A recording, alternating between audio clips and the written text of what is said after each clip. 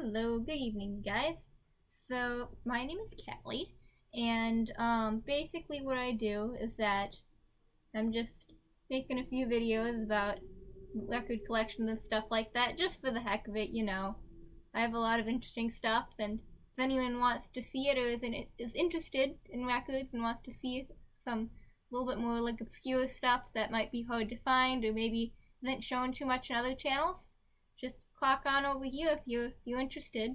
Because so basically since the beginning of the summer, or not the beginning of the summer, more of like the end of last year, when I was leaving college, I started collecting records. So basically the entire summer I've been on Discogs, I've been going to different record stores, and I've been finding a lot of like really weird things. Like, I don't know, some of it's just typical stuff, but sometimes there's lots of other like underground things that I sometimes watch on the internet, and then I try to get them on Discogs, like the vinyls and stuff like that, and I come up with some interesting stuff. So yeah, so I just want to show you like my collection and what I have here, and just show it to you guys, and just to show you what some of these things are, because I don't always see these all the time. And obviously this isn't going to be like anything like super rare, but it is kind of fun just to show what you have sometimes. And yeah, so I just thought I'd try it out,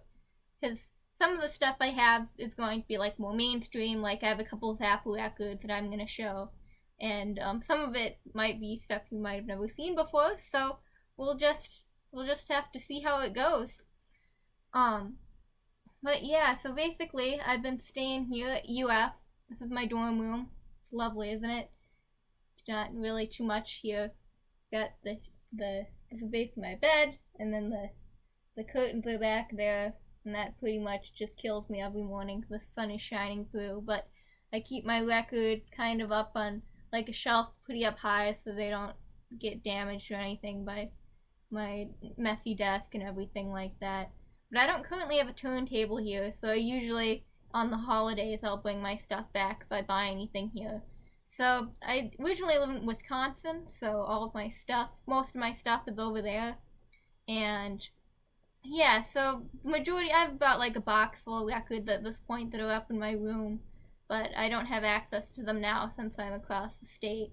But I did buy some stuff here, so I do have maybe about like 6 or 7-ish records that I was able to get from some record stores or online. And yeah, so I just thought I'd show you the little haul that I have here, and hopefully I can gradually go along and show you all of my stuff eventually, because I don't have a ton of stuff, but I'll have to make multiple videos just to show it all, because I'll probably be getting some new stuff relatively soon. And as I said before, I have stuff back up at my house, which is far away, so if I get the chance to show you that stuff, I'll do that as well. So let's get started here. So the first thing that I got, or more the second thing, I'm just going to show a few things, is that I got this in the mail. It is Population Override, and the artist is Buckethead. If any of you are into Buckethead, you've probably listened to this album. It's pretty good. So here's the back of the album, and there is actually a little poster inside. So here's the poster, that's the back, and that is the front. And yeah, it's really quite an interesting piece of work. I don't know if any of this is Buckethead's own drawings. It doesn't appear so. His are more like stick figure-like. But yeah, there's kind of this interesting little head like character. It almost looks like an anime character that is being held there. And that same little guy, or girl, is on kind of on the centerpiece too. So I don't know exactly what that's about.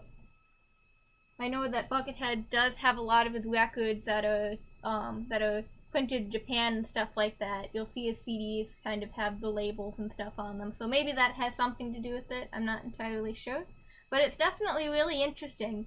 So there's actually only about 500 of these, the variation that I have.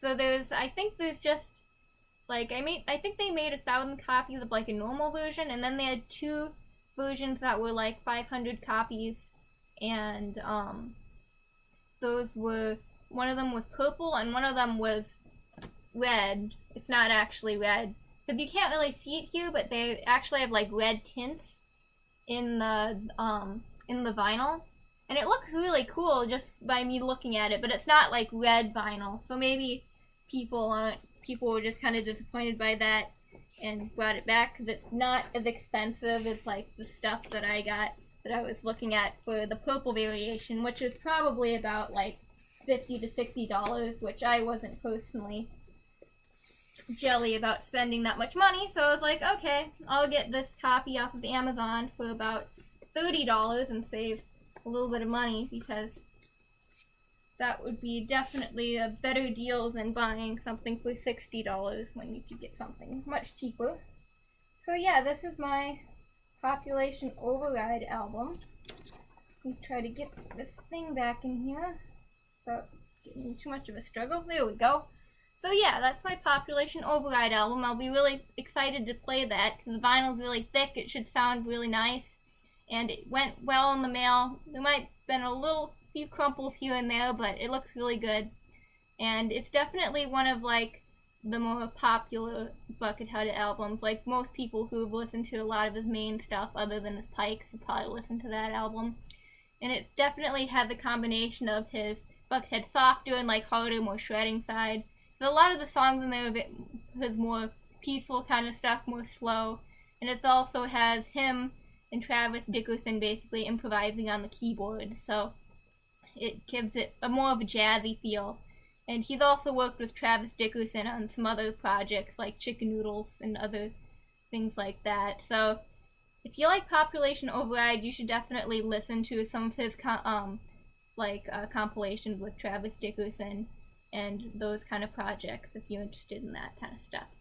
So going on next is a really interesting band that I found kind of looking in the depths of Rate You Music. So this is 5 Stoical Men, and I got this off of the internet because these are very hard to find. And there's only about like 100 copies of this record right here, and this band is just very, very interesting. I kind of came up, found them on like Rate You Music somewhere. They're on a lot of lists about like, you know, obscure and outsider kind of stuff.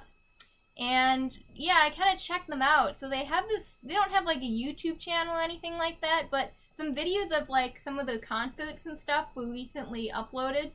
And it's really quite something else. Like, they basically had like this huge, like, if you look on the record, which I really like the band logo. It's like basically a huge star with this weird sort of like frowny face on it. It's kind of unnerving to look at, actually.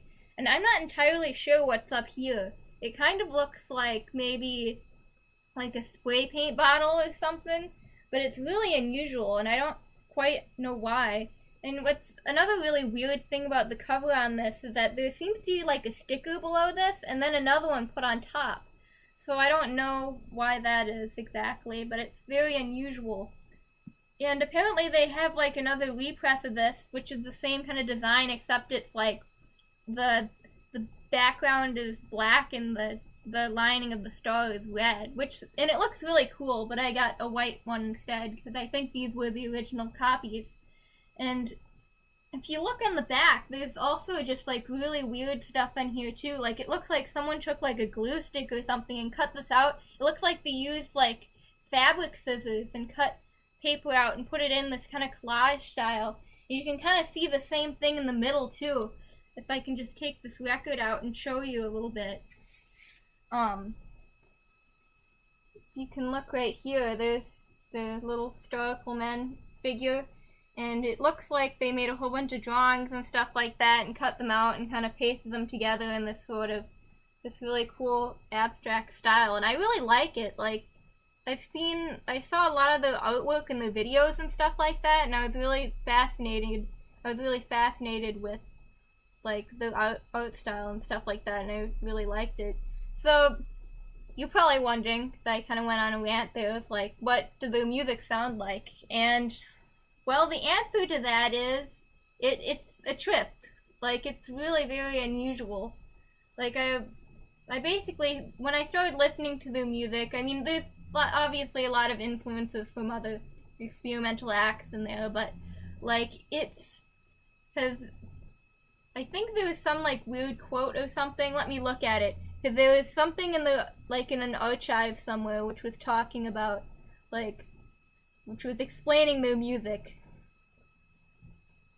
So it says, I think it was in yeah, it was in archive.org, because the music is under like Creative Commons, but it's under a license where you can just freely download it. I don't think you can like meme it or anything, but it's so the page vaguely states that the kids were involved in alien drug torture and deadly cartoon governments, and that's basically what Five Stoical Men, their music sounds like. It's really like there's a lot of like chanting and weird like spoken word and like lots of like lyrics and stuff like that that you can't understand. Very DIY, like poorly recorded. What you'd expect from a lot of this like weird, obscure outsider stuff.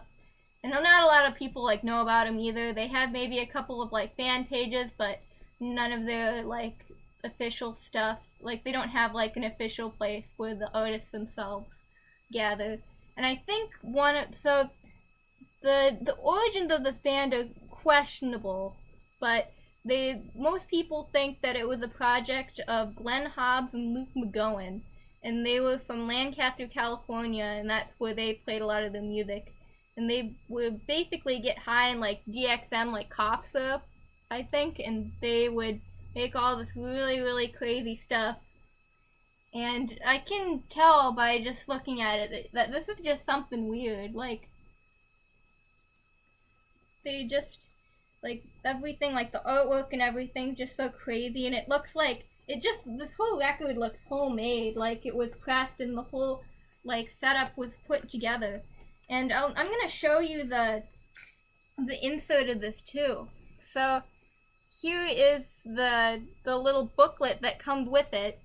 And as you can see, it shows Five Stoical Men on there, on the book. And I haven't really read anything in here, but as you can see, there's a lot of like pages. And again, that weird fabric scissors. It looks like obviously someone. This is not done by a machine. Someone just took a scissors and cut this up, and it's the craziest thing I've seen. And yeah, so there's what appears to be a P.O. box down here. I don't know what that is. And yeah, so it's a lot of just like lots of chopped up like drawings and stuff like that pasted together. Probably it looks like it was put in like a copier machine. And yeah, it's like all this stuff that's chopped up. And I think this is this must be about DXM with the cough syrup that they went, because I'm not entirely sure if this is about the drug. It must be just like drug information and stuff about it. But yeah, it's a very interesting record. I've been listening to a lot of their stuff lately, and yeah, you should definitely check them out, because just looking at like the concert footage and stuff like that is really strange, because they even have like stuff where they'd like burn their drawings, and then they'd have like these weird doll things and they were burning them. And a lot of their music kind of reflects that too. Like there's lots of, as I said before, there's a lot of like this chanting and this really weird, like poorly recorded like guitars and vocals, and it definitely does sound like these people were like literally like aliens or something. I don't know. They're very strange. But yeah, so that's Five Stoical Men for you. Hopefully I can find some more of their stuff. I don't know. I remember looking for like another EP that they had, but I don't think there's a copy of it I can find anywhere. It's only this and the other record that I've seen for sale. And this wasn't too bad, actually. It was less than $40, which is still kind of expensive, but it was kind of a rarish record, so I can imagine it costing a little bit of money. But yeah, so that's the two records out of, let's see here, 4 more, I guess. So the third one that I have here is, I haven't actually listened to this one yet, but I've listened to one song from it, which I was really intrigued by, and so I just thought I'd get the whole thing. The cover really really caught my attention, and I was just on board with them. Like, all right, I think I'll get this because I really enjoy this person's stuff. So this is LP by Redfoot, and basically the cover kind of has like a very interesting contrast. Like, it looks like a really old photo. I think this was made in like 74, and I was able to get like pressing from that year, thankfully. And yeah, I really like the contrast to like just this really like black and white kind of imagery. He's standing there, and then there's that fence that's back over there, and I don't know, your line of sight kind of goes all over the place because it kind of goes in this sort of direction. And I don't know, I just like that really old-fashioned kind of aesthetic because it's very flat, kind of like a prairie and stuff like that, and I just enjoy that interesting sort of imagery. So what the song that really caught me off guard, or the one that kind of sucked me into buying this record, was No Birds. And I was able to listen to that on the internet, but I couldn't find anything else in this record, even on YouTube. So I was like, oh, that's interesting. It could be just a copyright thing. I know King Crimson has that same kind of issue too, is that they don't let people put most of their stuff online. So that might be a deal too.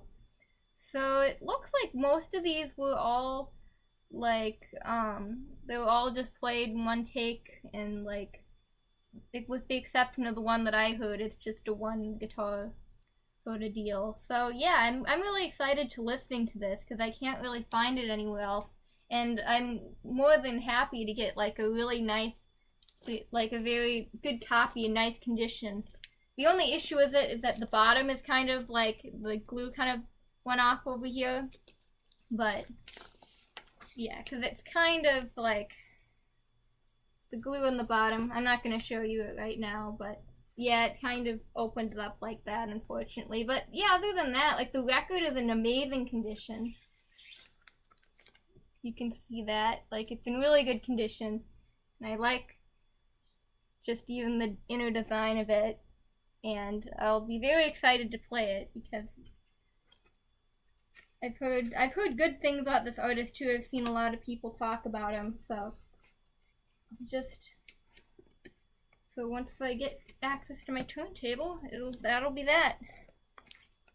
Alrighty. So I just have a couple things right here, and so those were all things I got online. And these last 3, 4, I guess I should say 3.5, because there's a single here, and stuff that I got at the record store. And it's just kind of stuff I bought on a whim. It was really cheap, and I was like, oh, why not? I'll just pick it up, because I do enjoy some of this music, and I'd love to play it. And it would be nice to have a copy, so might as well not miss out. So what I got is a copy of Pure Comedy by Father John Misty. So yeah, so that's basically the front, the back, and that's the gatefold. That's what's in there. Definitely like the artwork of this cover, really intricate. Like, I've been looking at it forever. I honestly don't know what's going on with it. Like, I'm one of those people that really tries to look for any kind of inner message and stuff. And there's lots of connections I can see here about, like, because it's, like, as Fantano said, it's so 2018, it's kind of like a hard times, and there's a lot of, like, angry and suffering people here and stuff like that, and a lot of, like, really weird mixed, like, lots of weird, like, negative emotions that you get when you look at this. And, yeah, so it's really interesting, and I really like the record. And hopefully I'll be able to give this a spin and it'll work, because unfortunately, like, the vinyl's thick, so it should sound really good, but it is scuffed up for some reason. I'm not entirely sure what caused it to be that way. The cover is really nice, but for some reason the records inside were really kind of scratched up.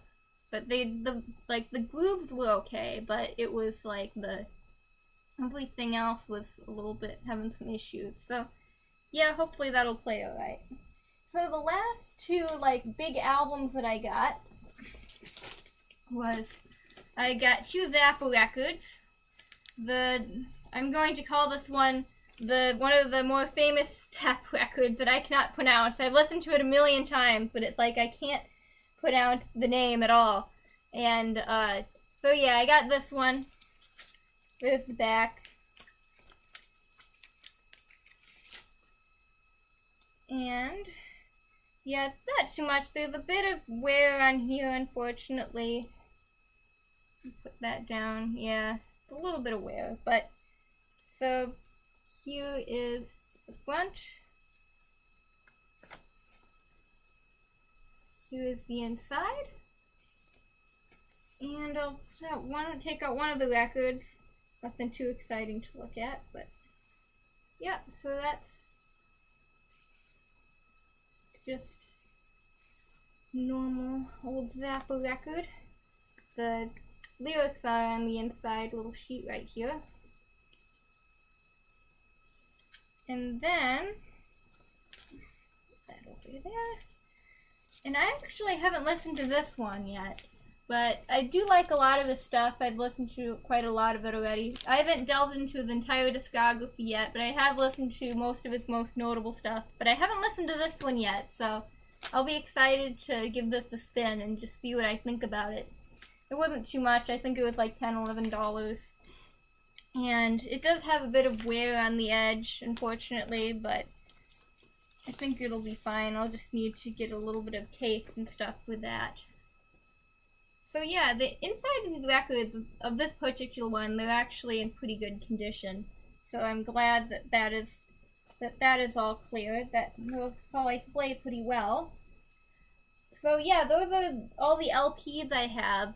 And the one last thing I have, which I unfortunately won't be able to play, would be the single of the legendary Stardust Cowboy. And this is his most famous single that is for Paralyzed.